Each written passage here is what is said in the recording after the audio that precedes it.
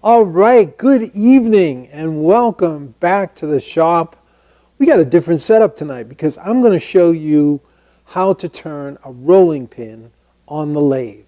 It's really going to be a great introduction to the lathe and turning in general if you've never been exposed to it. These rolling pins these are two different styles. Now, they're not the big clunky ones like my mother had.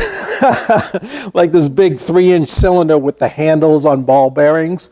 Those are pretty nice, but they're made for like big, heavy, flat rolling. It's a little known fact that the true connoisseurs of pastry rolling, the French, use a smaller cylindrical type. Quite often it's tapered like this one. Julia Child would have no other rolling pin in her kitchen. She would spit on those big fat handled ones. But I'm not really sure why, because I haven't done a lot of pastry making, but there is something to the shaping of it where you can focus on certain areas and you have more control with the smaller diameter in your hands like this, and you're on top of it. Some of them are just straight cylinders, but this one has a sweet little taper. Well, I got to make one now. I didn't even plan that. This one, on the other hand, is straight. So this one is dead straight. And by the way, that one I just dropped on the floor, beautiful curly maple, is the camera lady's. And she makes amazing pizza with that. So now I really got to make a new one. And anyway, that's great for rolling dough and things, but I made this newer version recently for the camera lady because she's specified. She's been making these gingerbread cookies and wanted them a certain thickness. So we had the gingerbread on there and had 2 sticks of various thicknesses to create the perfect guide to roll the dough exactly as thick as those sticks are high. So we've experimented with 1/4 inch, 5/16, 3/8 to get the gingerbread and frosting just right. Stay posted. We may share those some night because they're quite special. I wish you'd stop experimenting and start giving them away, because guess who's eating all of them? She doesn't even eat them. So anyway, that's all right. But we're going to make this one first. So this is just a straight cylinder. And it's easiest made on a lathe. You know, you could take a block of wood and route a round over if you had that specific round over to route each quadrant with that round over to create a circle. But why are you going to do that? Let's do it on the lathe. Now, you may not have a lathe and you're saying, yeah, sure, that's easy for you. You got this great big lathe sitting there. Yes, I do. But lathes are not that expensive, and if you want to get into this as a hobby, it's kind of nice because you don't even need a big shop. Basically, you just need a bandsaw, a small bandsaw like that, and a little lathe like this. Look at this. This is the way I use a lot in a lot of the classes. I think you can do about 14 inches between centers. But we've done a lot of things. You can make mallets, bowls, whatever on this little lathe. It's a great starter. And it's compact, and I'm not sure what they sell for now, but when we got these, they were around $250, $300. Maybe they're $400 now, but you can get them with different kinds of speeds. But I'm not going to use that tonight because it's not quite long enough to make our camera lady rolling pins. You notice this is curly maple. You can choose almost any kind of wood. That's closed grain. I recommend a hardwood, heavy like beech, birch, maple. Those are the premium type of hardwoods for this because you don't want an open pore or an open grained wood because your dough is going to get stuck in there. Plus it can get more contaminants inside it. So having it heavy and smooth, closed grain makes a great rolling pin. But these are curly maple, so either soft or hard maple is fine. I prefer the hard because it's a little heavier, a little more dense. All right, so let's start by just talking quickly about the lathe. This is called the headstock. This is where all the action happens. You've got the power center right here. This has a direct drive motor coming in here. There's actually like a belt variable speed system in here. So check this out. Here's the headstock, and this right here, let me turn it on. I'm going to release. That's spinning. That's the drive center. So that's the spur bit. And this baby has variable speed. Look at that. Ooh, tells you digitally that we're down to 1100 RPMs right now, and we can crank that right on up. We're up to almost 2600 RPMs. All right, we're going to dial it back. We're going to work around 2000 RPMs as we turn these pieces that are approximately 2 inches in diameter and a little less. The other end of the lathe is the tailstock. So you've got the headstock and the tailstock, and this has a center. I mean, this tailstock moves up to be positioned wherever you need to for the particular length work you're working on. And this one has what's called a live center. So I could spin that, and that tapered point there will just spin freely. It'll actually be locked into the wood by just with pressure, and it's got a lot of bearings in there. So this is going to be spinning, and it just basically holds it centered on this end. This is the Rikon 70-306, if anybody's curious. Pretty sweet lathe. It's great for bowl turning as well. The length of the lathe, this one will turn approximately 42 inches between centers. And then you have this dimension where this one's 8 inches to the center point, off the bed, right to the center. I popped out this spur bit. This is the drive center on the headstock. So this has a cross like prongs that will be driven into the end grain of the wood so that you'll get a good capture in the end fibers, and we'll be spinning this wood. That's the drive center, where the other one is just spinning freely. So to use the drive center, we've got to mark the centers first, and then we're going to actually take a mallet and drive in the drive center so that those spurs get embedded into the end grain so they really work well. Now, one way I like to find the centers quickly is using a marking gauge. It's got a little knife here and a fence. So I'm going to approximate or eyeball where the center is. I'm going to move the fence just a touch. Lock it in, and here we go. I'm just going to go from all four sides. Can you see this? Mm-hmm. Referencing off all four sides, I end up with a little square that shows me exactly where the middle is. Okay? I'll do the other end. This is the fastest way. I mean, there are jigs to do it, but that's a pretty quick way of finding the center.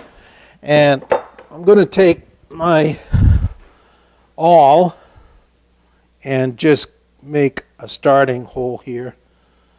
I'm doing it this way to show you, but normally I do it like this. No, normally.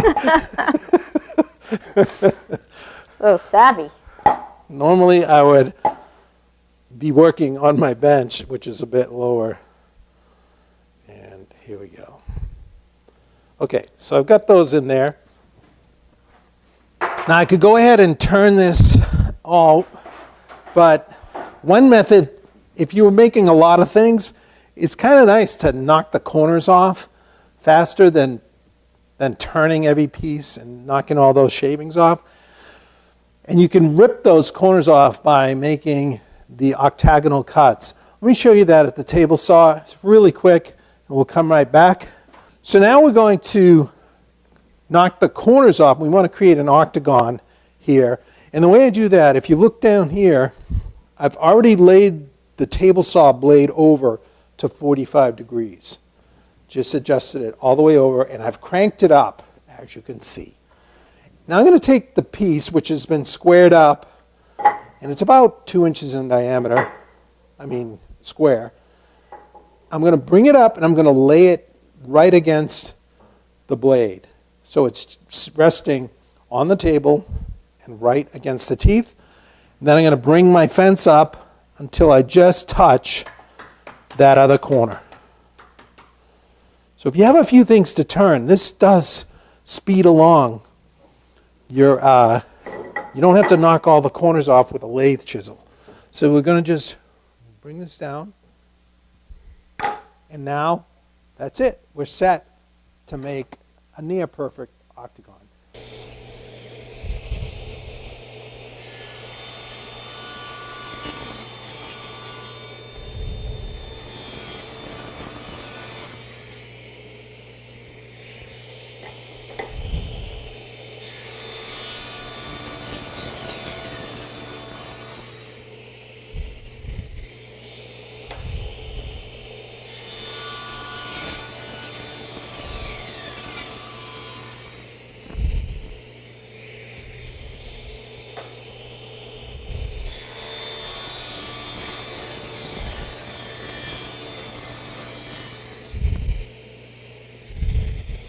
That's pretty cool, huh? Very quickly, you can make an octagon without any measuring. All right, let's head back to the bench. Now that we've got our octagon set, and our centers are marked, we need to drive the spur bit into the end. So I'm going to get a mallet. I'll take that spur bit, set it right in the center. And here we go. I'm going to get right over the leg, get better. Did you hear that difference? I've got that in there. I won't even take it out, but it's got a number 2 Morse taper that lodges in and is grabbed in the taper. We're going to bring up the tailstock. Back this up a little bit.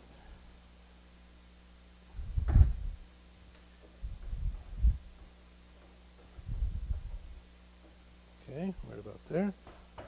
I don't want the spindle sticking out too far, so I want to bring it up, walk it down. Now I can dial it up until I hit that little center point. I'm going to just dial this in. There we go. Now I'm going to put it in and then slightly back it off so I don't put too much pressure on those bearings. All right, there we go. So it's spinning nicely in there. We come to this end. I got my tool rest set just slightly above center, and I'm going to bring it up about 1/8 of an inch or so from the work and lock it down. All right, now I want to round this off. Now, I've got a bunch of lathe chisels here. Don't let the variety fool you. They are made up of 2 basic types: curve cutters and straight cutters. Let me show you another one. Straight edge cutters, okay? Curved and straight. The curve, this is a gouge, a roughing gouge technically. And then we have, this is a round nose scraper tool, more of a bowl turning chisel. But you have the rounded gouges. Here's different types of spindle gouges, roughing gouge, and another spindle gouge with a deeper flute. Okay, so those are just rounded to cut cove shapes. And then, if we look here, this is a sample piece where these curved inlets here are coves, and that's where you'll use a gouge to turn that. You can also turn the beads. These outside are called beads. Those are turned with either gouges or skews, which are flat cutting tools, but skewed. They're just at an angle. So this could have been a straight tool, but I think what they discovered, they started out with straight tools, but they were always holding them at an angle to come in. They decided, hey, why don't we just grind it at an angle and we can do more with it. So we've got that 1/2 inch skew, and this is a 1-inch skew, which I'll be showing you very soon. And then you have the straight parting tools. So here's an 1/8 inch parting tool, and this is about a 3/8. That's basically all the types of tools. There are varieties and sizes and shapes and bowl gouges and scrapers of all different shapes, but I'm showing you traditional turning tools. There are some new ones out on the market now that are sold by Easy Wood Tools and some others too, but they consist of a different type. This is not one of them, but this is a hollow form scraping type tool, but this is just to show you they use different types shaped cutters which are screwed in with a hex screw on the ends of regular chisels, like straight ones here. So all of the Easy Wood chisels have these type of carbide cutters. Some are straight, some are V-shaped, some are rounded, like this one, to make the cuts. But they're basically making a scraping motion. They're undercut, so there is like a shearing action to them, but they don't give you quite as pure of a surface when you use the traditional chisels in a good manner. They're easier to use than the traditional, but I want you to, it's more fun, I think, to use these types of chisels. And you can go pretty fast too. All right, so let's get started. I'm going to just round this out. This is the most basic action. Almost before you turn anything, you create a cylinder to start. The cylinder is the largest diameter you want. For this one, I'm just going to turn a straight cylinder. I've got the roughing gouge. I'm going to set it on the tool, and one of the principles that you work with is as this spins, let me get something that's round. This will be spinning, and I'm going to lean the tool up against it, but if I bring it up here, nothing's happening. As I drop it down, now I hit the bevel, and then I drop it even further, and then all of a sudden I'm going to see shavings start to come because I've met the cutting edge. So right when you get the bevel on there and you just start to see shavings, that's the optimal cutting angle because you're shearing at a nice steep angle. Now, on the other hand, when you come in here like using a skew chisel, it's very similar. So you would drop it down and you're resting lightly on the bevel, and then when you just bring it up just enough, you're going to see shavings start to come flying off as in a shearing cut. Now, the other type of cutting action is if I came in here with the skew perpendicular to the work, I would be scraping against it. You're removing material, but it's more dust-like. You're not really getting shavings, which you get when you come in at a shearing cut. And I'm going to show you the difference here in a second. But those are primarily the two types of cuts, the shearing cut and the scraping cut. The advantage of the shearing is it's much faster, it's a lot more fun, and it leaves a lot less sanding to do, which is not as big a deal on side grain. It is still an issue, but especially on end grain. If you use a scraping cut on end grain, you tear the fibers up so much that it takes a long time to smooth it to clear. You really want to have a shearing cut anytime you're cutting along end grain. So all of these coves consist of end grain on that sidewall as you're coming down. And then you get to the bottom, you're at side grain. And then the beads, as you roll over, you're getting into end grain right on each bead. So you want to learn that shearing cut. But I'm not going to get into the coves and beads tonight, but that's really what all turning amounts to, is a whole series of shapes that are just different types of coves and beads. Some flats and V's. All right, here we go. Let's get the roughing gouge. Now I'm going to set it on here, and I'm going to drop the handle until I see shavings. And I just want to go till I'm approximately round. Let's see how fast we're going here.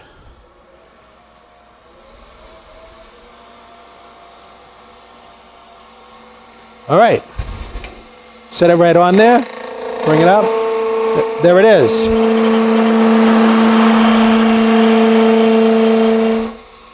Again.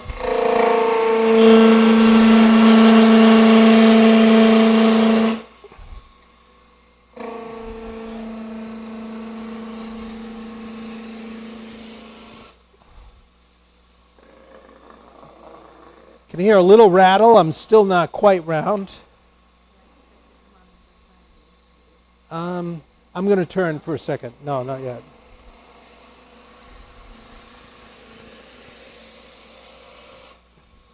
All right, let's just take a look at that. So you can see it's leaving little ridginess because it's a gouge, but I've reached round. So I was trying to, you can hold your hand against the tool rest to create a stabilizing factor that gives you a straighter cylinder, okay? Now I'm going to head down this way. It's nice when you have a tool rest that covers the whole thing, but I have a long one downstairs, but this one. How do you determine the speed, Tom?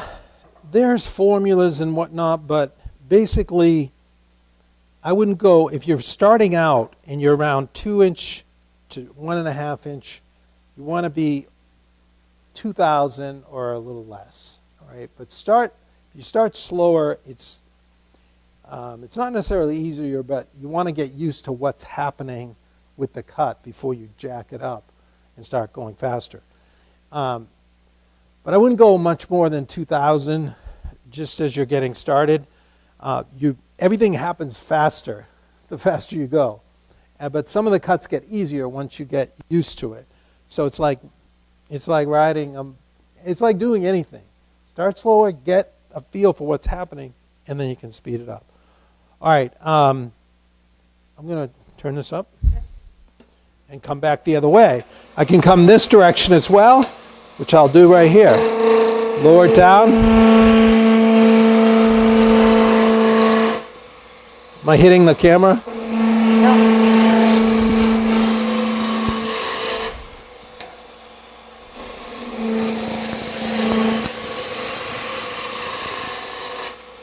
All right. Look at that. We're almost eating cookies. All right, so we got a nice cylinder. It's pretty even. It's a little bit bumped there. Now you can set some calipers, which I'll do here. And that's pretty close right there. And I could go to my smallest point. You know, I'm not caring about the actual diameter. I'm right around 2 inches here, a little less. And that's going to be a big, hefty rolling pin, just a straight shot. But let's get the skew, and I'll show you what that can do. That's going to smooth it out a little bit, a truer cut. So here we go. I'm going to raise the bevel till I'm just touching.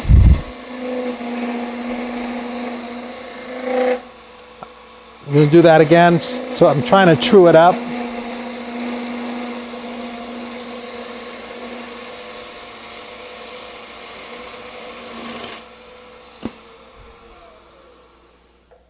So look how clean that is. You can even see the curl starting to come up. This is the difference between the surface a roughing gouge leaves and a skew. You have a little bit of rippling here because the roughing gouge actually has a flat section that on the side here that you can work and get a flatter cut, but I was a little bit up off of that. You kind of get ambidextrous with direction here, but I'm going to come back to the left here.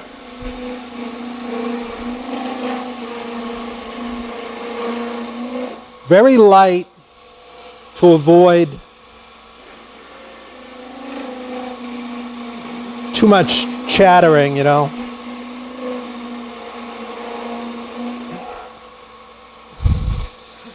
Move down to the end. Tom, did you do a lot of turning at Pug Shop? This question here from... A fair amount. Yeah, we used to make a fair amount of poster beds. That was the biggest... That was the biggest reason for turning in his shop. Most of the chairs we made didn't have turned elements. Every now and then a stretcher had a turned element, but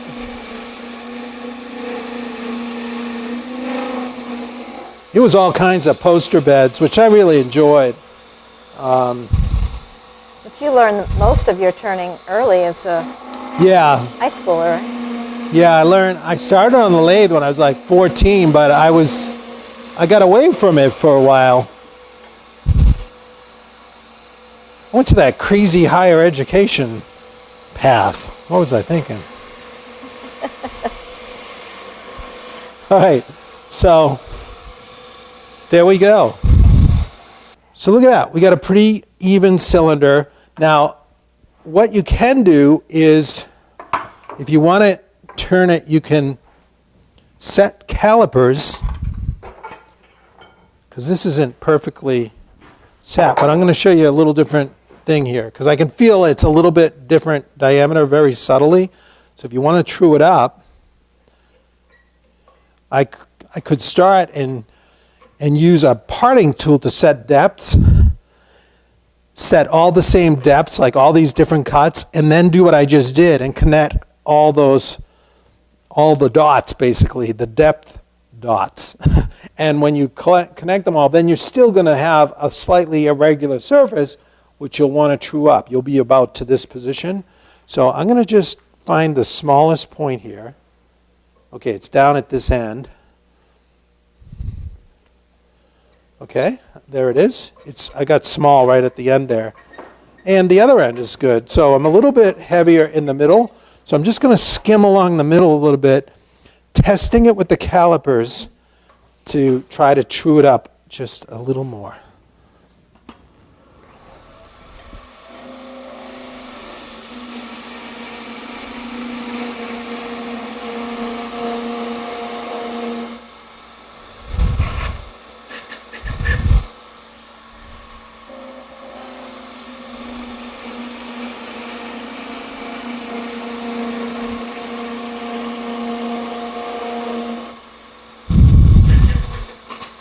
That's pretty good. Now we're going to head down this end. And it's where I left off. So we'll start right here.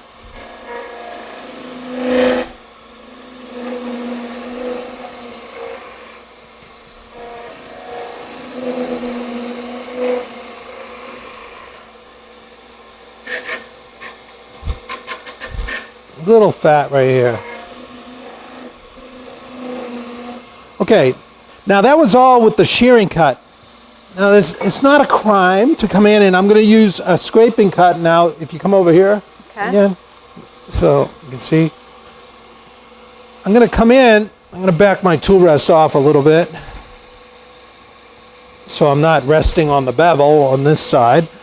So I'll come in, and I'm just holding it at about 90 degrees to the surface. So see, I can look at the shavings though. It's more powdery, where these are curls. This is just basically sawdust. It's scraping. I'll shut that off and see if we can see the difference. I don't know if you can see it, but it's foggier and cloudier right in this area. This is nice and clear from where I did the shearing cut. Okay. All right, I'm going to go ahead and but you could tune it up for if you wanted to make sure you had a cylinder. There's nothing wrong with this too. And you could go along, and it's kind of a safe way before you get used to the shearing cut, because the skew is a little tricky. All right, so basically that's all you need to do for this. Now, the last thing we want to do for this rolling pin is get the ends cleaned up. So I like to put a slightly domed end on there. It's almost flat, but it's got a little subtle curvature. So I'm going to take one of the parting tools and I'm going to cut in here and cut a depth, and then I'm going to make that round down. So here we go. This is just a nice parting tool. I'm going to set it right here.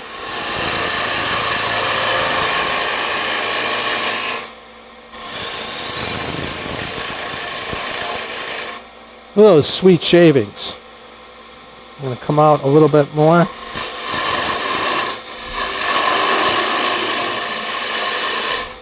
So let me show you something here. So look at that end grain. You're going to get the light right there. All right, see how torn up that end grain is? That's pretty bad. I've got like this ragged edge. So that's torn up end grain. That's awful. I'm going to use the skew chisel to make a shearing cut. I'm going to come in with the lead point of the skew, and I'm sighting, for you who are turners, you probably know this, but I'm going to be sighting along this edge, and that's kind of going to steer me. I'm going to come like that edge, that bevel on this side is almost like pointing in the direction of my cut. I'm going to be shearing at this angle, and then I'm going to just turn it so I get a nice shearing cut. See, I'm going to be leading with this point in that nice sharp edge. And hopefully we'll get a much cleaner end grain that doesn't take much time to sand. Here we go.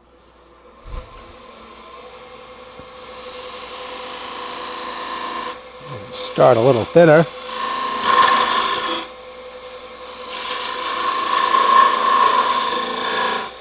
Make another cut.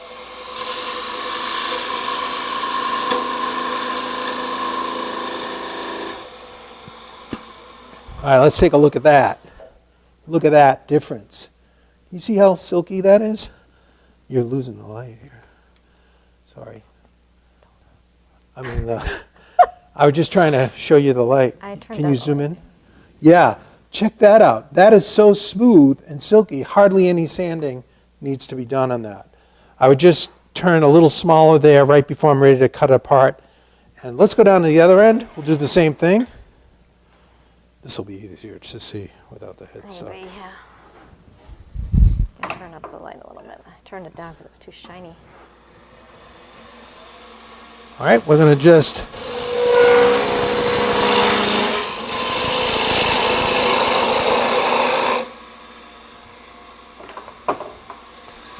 come in. Now I'm looking at the other edge here. That sweet little ring.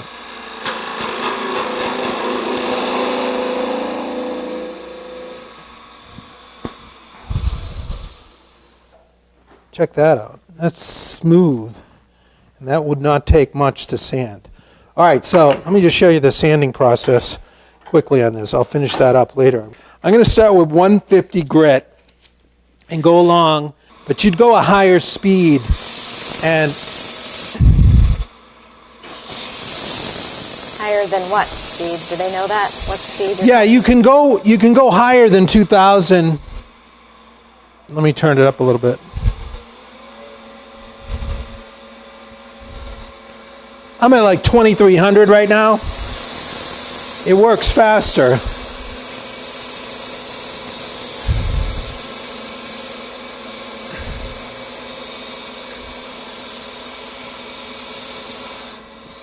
Okay. The dust is all going that way.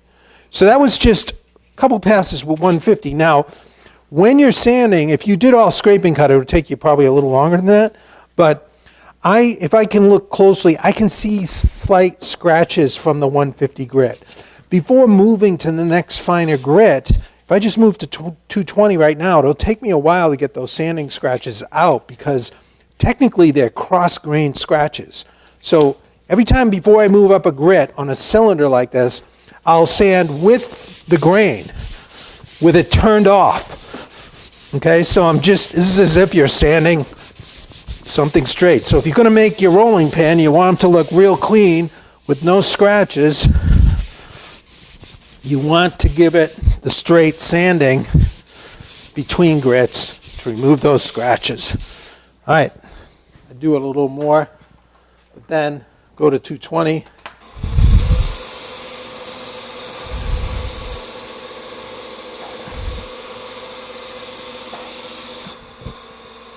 I don't even really have to hit the ends yet. I'll hit those with a little 320 at the end, but and I'm going to sand with the grain again. I could go right up through 320 to get it super silky and smooth, and then we'd have something. We just put mineral oil, we cut this, we blend it with a palm sander. Let me see how, let's go ahead. I got another one ready. I've got an octagon already set. Look at this one, it's cherry. It's got a little sapwood here, and I've already driven the spur center, which has a little cut in it on one of the teeth, so I can find that one and put it exactly back in the way it was. I want to turn this, I want to turn a French style. All right, let's have some fun. I'm going to make a quick cylinder like we just did. It'll be a little repeat. Then I'm going to turn the depths at each end down to 1.25 inches, just a little more. So about here. The center of my rolling pin is about 1.75 inches. And if anybody wants the dimensions of this particular French style that I made here, the overall length is 20.5. And the dimension at the ends is about 1.25 inches. If you want it straighter, you can make that a little heavier. But then it's 1.75 inches in the middle. So we're going to approximate this rolling pin in cherry. And let's go ahead and turn it out, and I'll talk it through. Got a little.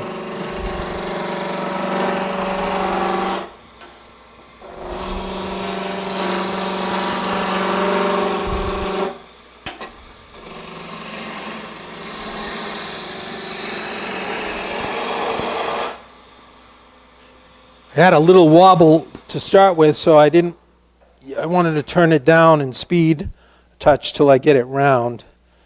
And then I'm going to go for 1.75 inches in this middle area. Then we'll turn our depths to 1.25 inches here, and then we'll just take the skew and work our way down.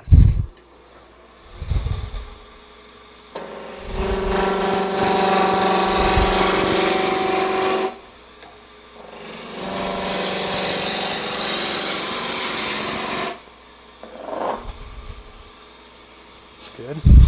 This I want to be at about 1.75 inches in the middle, generally in the middle. So I'll come in with the skew.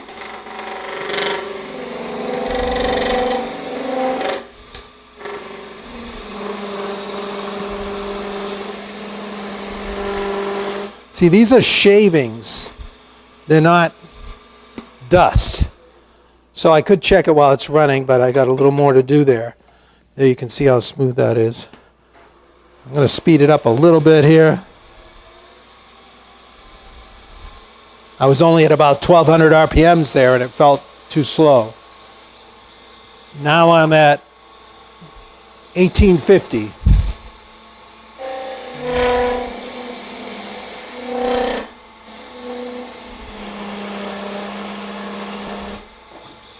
Let's check that. Still a little heavy.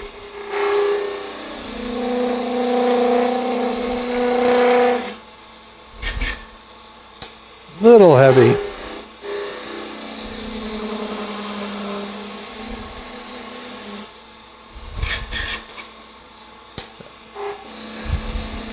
Tom, how do you know how much pressure to apply to the tailstock? You want to snug it tight in there, and then I slightly back it off because the bearings, you don't want too much pressure on those bearings. I can show you when I turn it off. But you want it firmly embedded in there, so don't be too light with it.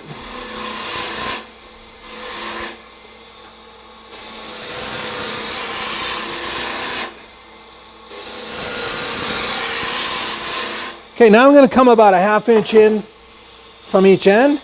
I'm going to turn down to the depth of my 1.25 inches. It's just a little over 1.25 inches. And then so here we go, right about 1/2 inch in.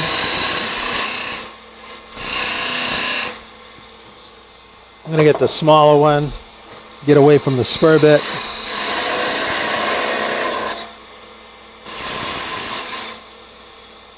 So I'm going to hold the calipers out here.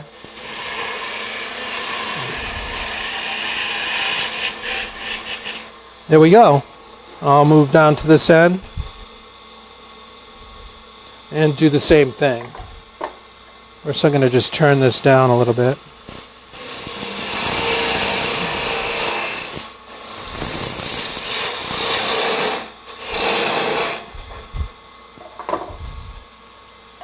And come in with the, get your calipers on there. Okay. And now, let me find the center point. I'm going to turn it off for this. I'm at 20 and a half. I'm going to go right to 10 and a quarter to find the center. So this is the center where I want to leave it 1 3/4. And it's going to just gracefully taper down. Now you'll see some of these French rolling pins, they're fairly straight in the middle and then they do a more dramatic taper at the end. I like the more subtle. So with the roughing gouge, yeah, you're going to lead with the mouth going forward. So you can see the cutting edge there. You don't lead this way. You tend to lead this way. And you don't want to drive that point in. I'm kind of skewing it slightly. You can put it almost square because it is fairly straight right there. And then it rounds over. And usually, and that'll direct also the shavings will come off into that gullet there and they kind of direct them away from you. All right, so let's get it in position. And now I'm just going to turn a gentle taper down to that depth. Let's see what happens. I could use the roughing gouge to start, but let me see how the skew's working. It's the skew's fault, not mine.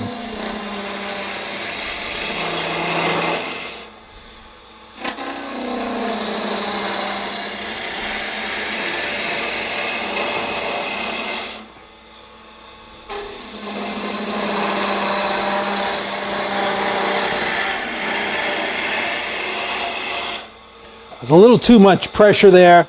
I lost the feel of it. I'm going to go a little lighter. Recapture the nice taper. There we go.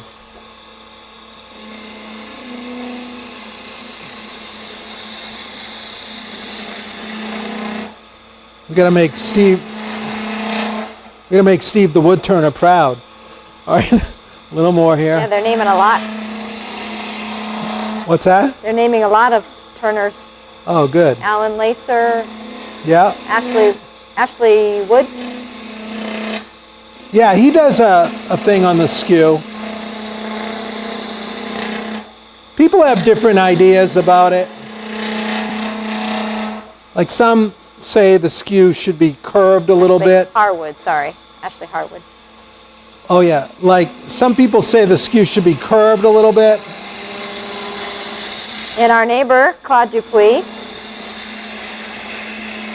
Some great videos. Yeah, he does amazing vessels and segmented vessels and all kinds of turning. So I'm getting some vibration there. So you can come in at the end if you'd like to clean up your taper using the scraping cut right down to my depth there. To get this symmetrical is kind of a trick. It's like a long thin candle pin. Does everybody know what candle pins are? Maybe not. I don't know if that's a regional thing. Are candle pins mainly in the Northeast, or is it all over? I don't know.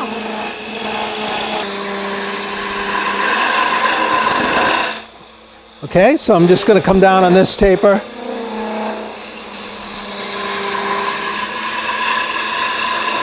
This feels a little more comfortable going this direction.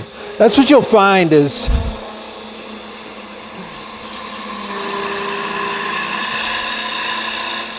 you'll tend to be more comfortable one direction or the other.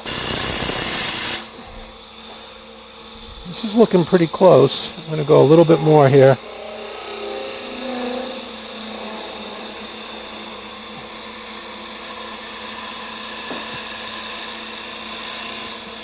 That's it, I hit my depth.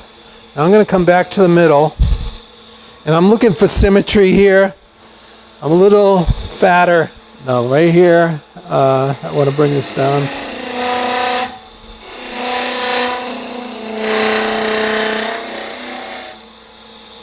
All right, so I could scrape a little bit.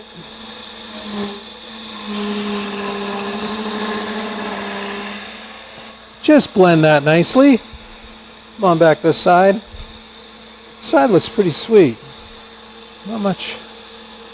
Just a very subtle taper here. I mean, you can leave more flat, like I said, up in here if you don't want to make it this way, but you'd be wrong. Just kidding. All right.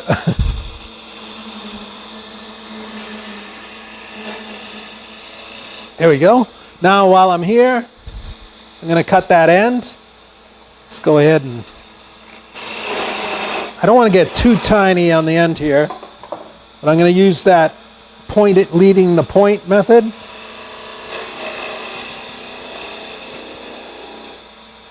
That's pretty close right there.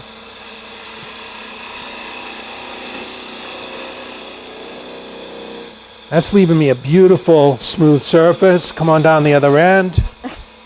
Sorry, camera lady's got her work cut out. And get a good view. She just got in position there.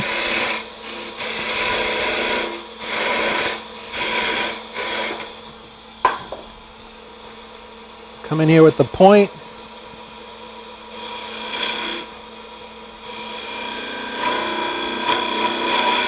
Do you ever use the chips to burnish the wood rather than sanding, Tom? I do use the chips sometimes, but usually you sand first and then the chips give you that final burnish. All right, so here I am, ready to sand. Let's start with where's my 150? All right, here it is. Somebody asked about dust collection, Tom. Yeah, you can have like a dust port. This I just slid in for this, so it's good to have a hose. You could have it there. I'm not going to go all hog wild on this one, but I won't cut off the ends. But again, you would sand it evenly like this. You can see the dust cloud right in front of me. Yeah. I'm going to stay out of it. If there's concern for your lungs. I'm okay. Everybody.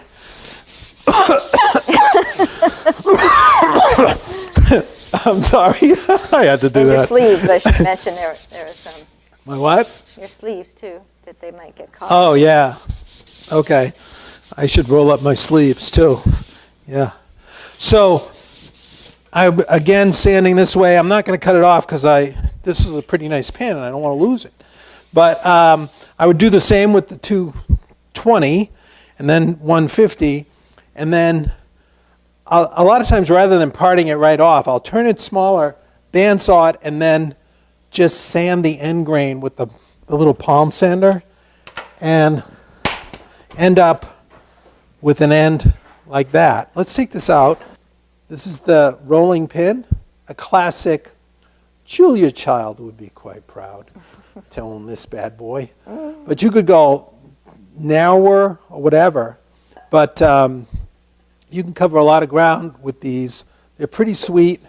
And you could turn that style or the simple cylinder. And this one, I just use like mineral oil to seal them. You could use walnut oil or some type of food safe. There are some food safe finishes, salad bowl finish, things like that for the rolling pin. There's a lot of options, but you want it to be a food safe finish naturally.